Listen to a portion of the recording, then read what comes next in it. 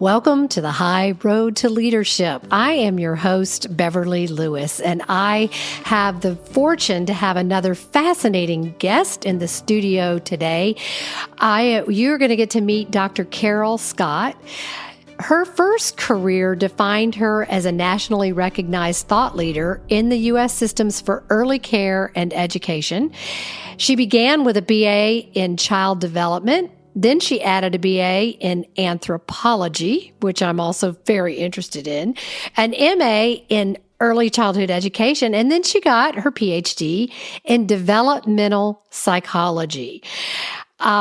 That was just the beginning of her career. She has gone on. I love it. She says she's in an astonishing second act with making an influence and a difference. We're going to be talking today about relationships, about dreams, about the way we think. There's a lot of ground to cover, but let me just stop and welcome you to the studio. Hello, Carol. Hello, Beverly. I am so delighted to be here with you today. This is going to be a great conversation.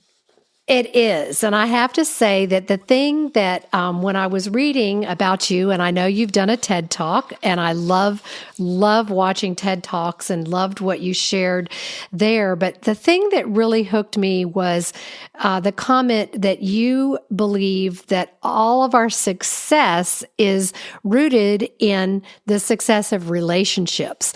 And boy, you are talking my language. And I do have to say one more thing in introducing you, that this is kind of fun.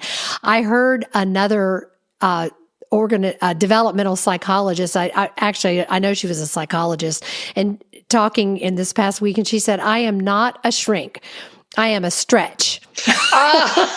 Perfect. That is great language. Yes. So I am expectant that you're going to stretch the way we think, that you're going to stretch our expectations and even challenge us to develop new abilities today. So let's begin and talk to me about this whole thing about why you believe that relationships are essential for success.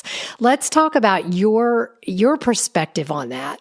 Thank you very much. Well, the heart of it is the hard scientific fact that we're born without a brain. Each of us come into this world with 100 billion loose neurons floating around in our skull in a little sauce of spinal fluid, like pasta with no end. But none of those neurons, very few of them, are actually connected to each other. What we have is the parts of our brains are wired up that are going to bring us sensory input. And then everything else gets wired based on sensory input. So each newborn infant's experience from the very first second after birth, everything that happens leads to neurons talking to each other, sending electrical signals to each other. And the more those neurons fire together with the same experiences over and over again, then the more they wire together. That's called Hebb's law, and it's a neuroscience fact. And so whatever happens to us after we're born is what wires our brains. And the first 3 years are all about wiring up relationship skills. 85% of the brain wired up before you can really communicate well, get around by yourself very well, or really know what's going on by the time you're 3 years old. Okay, so I am fascinated by neuroscience, and I'm fascinated by the newest research, on neuroplasticity, that as adults, they used to tell us that once all those neurons are in place, that was that. But that's no longer what we know to be true, right? That is correct. So that's sort of the good news of the work that I do. So we wire our brains completely, 95% wired by 5 years of age. And then my developmental psychology perspective is we spend about the next 2 years kind of anchoring that all in place and turning it into a personality. We're practicing the core skills for getting along and creating who we are. So by 7, the personality is pretty well developed. And unless we do something different after that, that's the way we're going to operate as adults. But you're right. we can rewire all of that if it turned out to be a mess for us. The research mostly from working with stroke patients and brain injury patients, especially as we've had to develop medical responses to people who have been injured by things like incendiary devices, little bombs in wars that cause tremendous brain damage. We've learned that the other parts of the brain that aren't damaged can pick up the slack and relearn things like even basics like walking and talking. Okay, so how does this apply to adults? Because this is the thing I hear a lot. You know, I teach and train and work with companies and teams on improving their culture, which requires improving their communication and improving their relationship skills with themselves and with one another. But sometimes I run into those people who say, I am the way I am. I'm not going to change. Now, that is more of an intention than an actual fact is what we're talking about, right? It's a choice to do something different and to take the risk. You know, I remember, I tell people sometimes I started changing my brain wiring because I had to face my childhood trauma in therapy after I turned 30. And what became apparent is that it is an intentional effort. I have to be willing to jump off the cliff of I know who I am into the unknown of who am I going to be if I do this. We don't know what the outcome will be when we start trying to change the way we interact with people with intention, but it is a choice to do it. And I know that you have founded so much of your work has come out of child psychology and out of the early childhood development. How do you bring that into adults and motivate them to move forward, especially if they're stuck? And a lot of people are stuck and don't know it, because that leads us to another one of your focuses, which is another one of my favorite topics, is self-awareness. And I am always astounded by the research that says that, let's see, I think it's 95% of people think they're self-aware when only 12 to 15% of people actually are. So give us some encouragement here. I know that the responsibility is to change ourselves and not, it's hard enough to change ourselves, much less change other people. So give us some hope here. Well, I think, once you make the intention to change, it's really not that difficult, but it does begin with the willingness to be aware of things you're not aware of. And here's a good example from my own life. It's always best to tell on myself, I think. When I was a young professional, I was in my early 40s, I think, I had the opportunity to attend a leadership institute offered by the Center for Creative Leadership, which is an extremely high-level leadership training. And as a little nonprofit director, I was very fortunate to have a foundation send me there. And one of the things that we did for that was there was a 360 valuation from our peers, our direct reports, and our supervisor people. But then there were also a whole bunch of psychometrics, a bunch of assessments of our personalities and so forth. And what I heard consistently in all of that feedback, which they delivered to you over the course of the week with trained psychologists doing that delivery, what I heard consistently was that people interpreted me in a way that I didn't think I really was behaving. So I was seen by people as abrupt, brusque, and blunt. And when I started to really look at, I don't think that I'm blunt or brusque or abrupt. I think I'm a really nice person, but this is the way other people see me. I think it takes the courage to say, they're right. They're not wrong. They are experiencing me that way. So if that's their experience and that's not what I'm trying to put out, what's the disconnect here? And what I learned over a little bit of time was I have social anxiety that's pretty high from my trauma as a child. And so what people read as abrupt and brusque and blunt was me basically in interpersonal terror. I was anxious, and eager to get away from the conversation because it was making me anxious. So learning things like that, it requires courage to face that's reality, whether I like it or not. What can I do about it?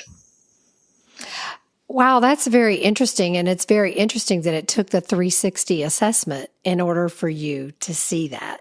That's a good point, because honestly, for me, I've worked with different assessments over the years, and, the Hippocratic, which became the DISC, is all so subjective. And that, to me, that limits it. I mean, it's still valuable without a doubt, but that's only the internal part of self-awareness. And what about the external part, where it's how other people are perceiving you? And that's huge when it comes to relationships. And if it's just one person who has a perception of me that I'm a certain way and everybody else has a different perception, I will pay less attention to that one. But when 360 degrees all around me, everybody says the same thing, I should pay attention to that and not defend against it. And that's the easiest thing to do, is just be defensive and say, that's not me. But that's not self-awareness. Well, okay. So here's another question then. And tell me if I put you on the spot, because we haven't rehearsed all this. This is, this is a real conversation, which is what I want the High Road to Leadership podcast to be. But with self-awareness, you found a light into truth through the 360 evaluations, which, for those who are listening, 360 means input from other people is the very simplest way to define 360. In a business thing, it would be input from your peers, input from your supervisor, input from others. What is a practical way that the average person can increase self-awareness without going through the psychological evaluation or an assessment, a professional assessment? Are there some ways to increase it?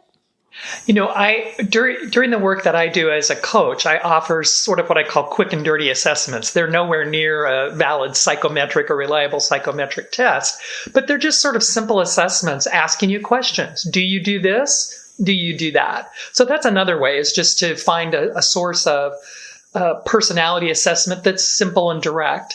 But I think also we can begin to cultivate our awareness of other people's reactions to us. Now, I don't have a problem with that, because as a child from a household full of abuse, I have highly extended antenna. My radar goes far, and I am always paying attention to everyone's reactions. It used to be crippling in a way. But if you're not paying attention to how other people react to you, you don't have that kind of extended self-awareness. It's about starting to look at what's happening when I go and talk to my team, when I go and meet with a team member, when I give someone critical feedback, when I give someone positive feedback, what do I see happening next? And I recommend that people be as videographer, be a video camera, not an interpreter. What is it exactly physically that happens? Do you see a smile? Do you see eyes downcast? Do you see body postures that you would like to think about? What is it exactly physically that happens in response to whatever you're doing? And when you have, then, I think the next step is when you have the kind of relationship with that person where it's appropriate, safe, and right to ask, you can explore further. I notice that you're not looking at me right now. What's happening for you? Wow. You can't do that with everybody, but you can with some. That was a nugget when you said be a videographer, not an interpreter. That is a nugget. That is so simple, yet it's not what we naturally do. And as a teacher of teachers in the early part of my career, when I was training early childhood educators, one of the habits that I had to consistently break was deciding what a child's behavior meant the first time you see it. Because what we need to do is separate our interpretation from the actual events and just record the actual events like you're a neutral narrator. The child picked up the block and handed it to the child next to him. He smiled. He put it down on the floor. It's like, what would a camera record? Not what do you think it means? until you've collected a body of evidence, a body of observations, until you really can see a consistent pattern. You don't really know what's going on. None of us can really tell what's going on inside another person, but we can begin to see when we see patterns that continue. And that's what's important about self-awareness to me. See the patterns. That is really good. You have, I know you've written a book, and I noticed from watching your TED Talk and reading your ebook, a bookette, is that you like acronyms. I know that you use the SAS acronym, and I've heard other acronyms. So you can pick one, because I heard several, and they were all fascinating, and we don't really have time to talk about all of them. But what, if you had to give us an acronym that defines what you think is important for us to hear today, which one would that be? I think I would choose SELF, SELF, which is part of the title of my first book, Just Be Your SELF, Your Guide to Improving Any Relationship. And when I first started writing about these 7 personality assets or interpersonal assets, I was calling them the 7 childhood treasures. And in that book, that's what they're called. And now I call them the SAS, the self-aware success strategies, because I think it's much more, communicates much better what the purpose is in their life. And so yourself, if you have all of these self-aware success strategies kind of in your pockets and in your hands, and they're your tools, and you're being intentional about applying these strategies in your relationships, then what you are is self-governed, first of all. You are in charge of what you're doing. You have choice. You're ego aware. You're aware of what your mind is telling you, and you question it. You're aware that your mind can be wrong. L, you have leadership. You are the leader in your life. You're the person who sees the direction you're going and is driving your car that way. And then finally, free. You are free of self-imposed barriers. And you're mostly free of all other barriers too, but there's a lot of choice in an SELF, self-governed, ego-aware, leading and free person. Wow. That freedom. That is, everybody wants it, but it's sometimes hard to define. And I guess everybody might have different definitions of it. So tell me again what it means in your world. For me, freedom really is about the understanding that I have choice and that I am not required really to do anything at all. I don't have choice about when I die or how I die, but I sure have choice about how I feel about it, how I think about it, and how I talk about it. I may not have choices about, getting sick or things like that, but in reality, there is choice everywhere else, and we deny it all the time by saying, I had to, I didn't have a choice, I must, I need to, instead of saying I choose to. Because the truth is, you're choosing everything. And, people say when I do this in coaching or training, they say, oh, well, no, I don't have a choice about whether to get up and go to work. Yeah, you do. And the consequence, if you don't go, is you won't get paid. Or you'll lose your job. So there's a consequence you're responding to. You're choosing to show up for work so you will get paid and keep your job. And you can choose not to. You can lie in bed and get fired. Sure, your choice. True. And that's freedom. That is freedom, to know that. And yes, absolutely. Goodness gracious. It seems like everything you say kind of leads me to, but I want to know more about this. And, I want to know more about that. You mentioned the 7 treasures. And I know, can we talk a little bit about even one treasure? I love treasure. Sure. Everybody does. Sure, that's right. And when we apply these treasures that we're supposed to mine in childhood, when we get to apply them strategically as adults, when we're using them as tools for success, they're really powerful. So I'll just name them quickly, and then we can focus on 1 or 2 of them. So when we're babies, our strategy is to trust when we're first born, because we can't do anything for ourselves, so we kind of have to trust that other people will take care of us. So our best strategy as a newborn is to trust. Then by the time we're about getting on towards 2 and we're walking and starting to communicate, our strategy is to express who we are, to tell the world, this is how I feel, first of all. This is what I think, and this is what I want. And that's, I call, the strategy of independence. So we learn to trust other people. We learn to be independent and express who we are. And then at 3, our strategy is to believe in all possibility, faith.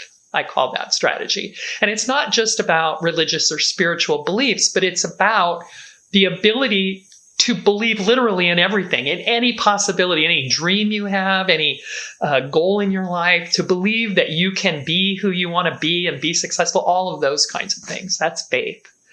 And then that is what I call the heart of you, your capacity to trust, know who you are, and have faith. And then you start practicing that in the sandboxes of life. As a 4-year-old, you need to learn how to get along with other people. And so you develop the strategy of negotiating with them for a win-win. I want this, you want that. How are we both going to get what we want? At 5, you expand into a little bit wider world and start planning. And I call 5-year-olds the strategic planners of the preschool world, because they like to have a goal and then talk about how to get there and, make a plan. So they'll sit in a little group of 5-year-olds and plan for 15 minutes how they're going to play something. Well, you're going to be someone, you're going to be Luke Skywalker, and I'm going to be Darth Vader, and then the spaceship is going to go here. So they plan everything in their lives, and it's fun to watch. And then at 6 and 7, we use the strategies of compromise, which is just a more sophisticated, more complicated version of negotiation when there's more at stake and there are more things people want. And acceptance. At 7, believe it or not, the best strategy for us to develop is to let go of thinking that everything is going to go the way we want. Bad things happen to good people. Good things happen to bad people. You can be really nice and follow all the rules, and somebody will bully you.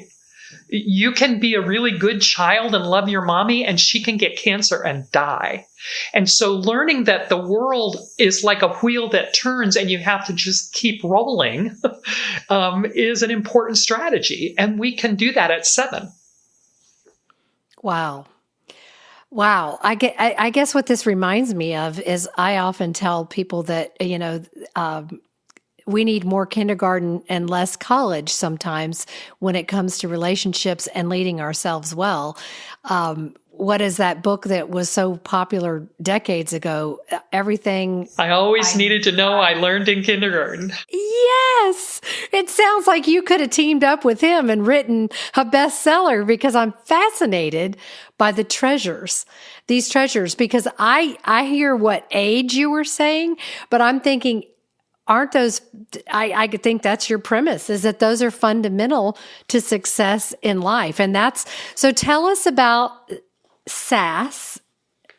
And then, let's hear about SAS, because is that in your book that yes. you have available? Yes. Oh, tell us about that. Yes. So I'm going to offer your listeners a little book at the end, and it is about how to apply these success strategies.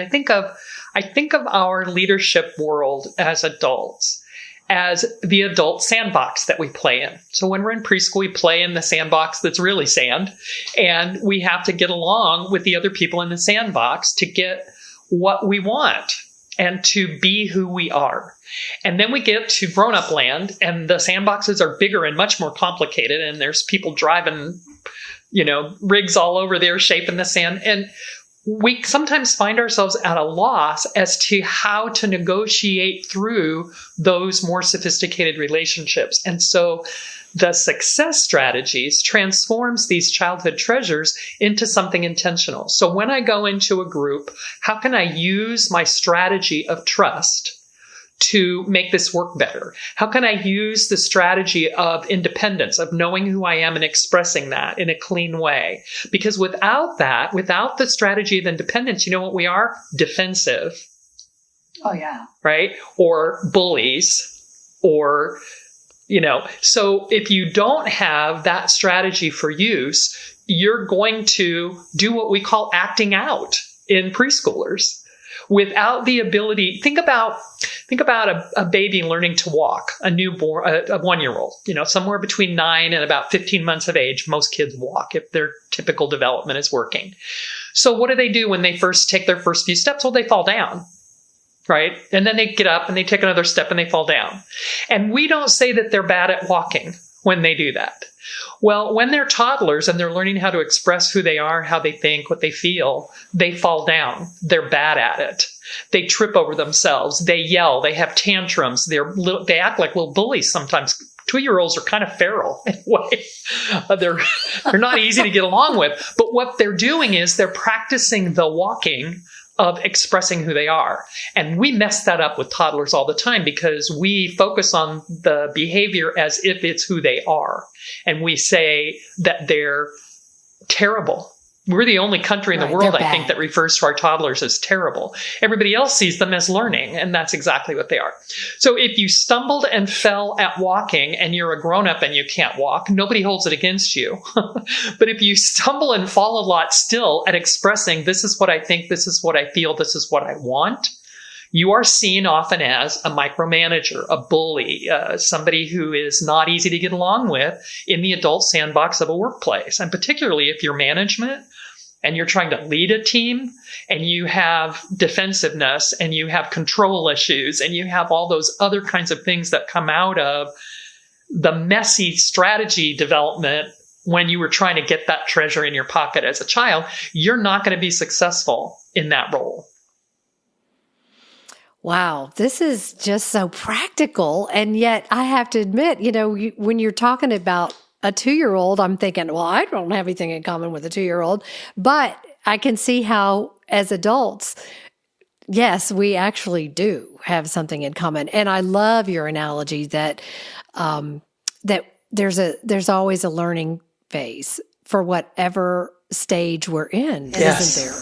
Yes, there's a process going on where the developmental window is open to create success around something. And depending on that sensory input, depending on how we're being treated, we will do a great job with developing that strategy and wiring it, locking it into our brains, or we won't. And the more disrupted your environment is, everything from a parent who just doesn't see who you are and isn't very self-aware and, stumbles around a bit, to a parent who actually physically harms you or invades your body's boundary in some ways, those wire the brain. And so we have to take a look at, first, how am I behaving?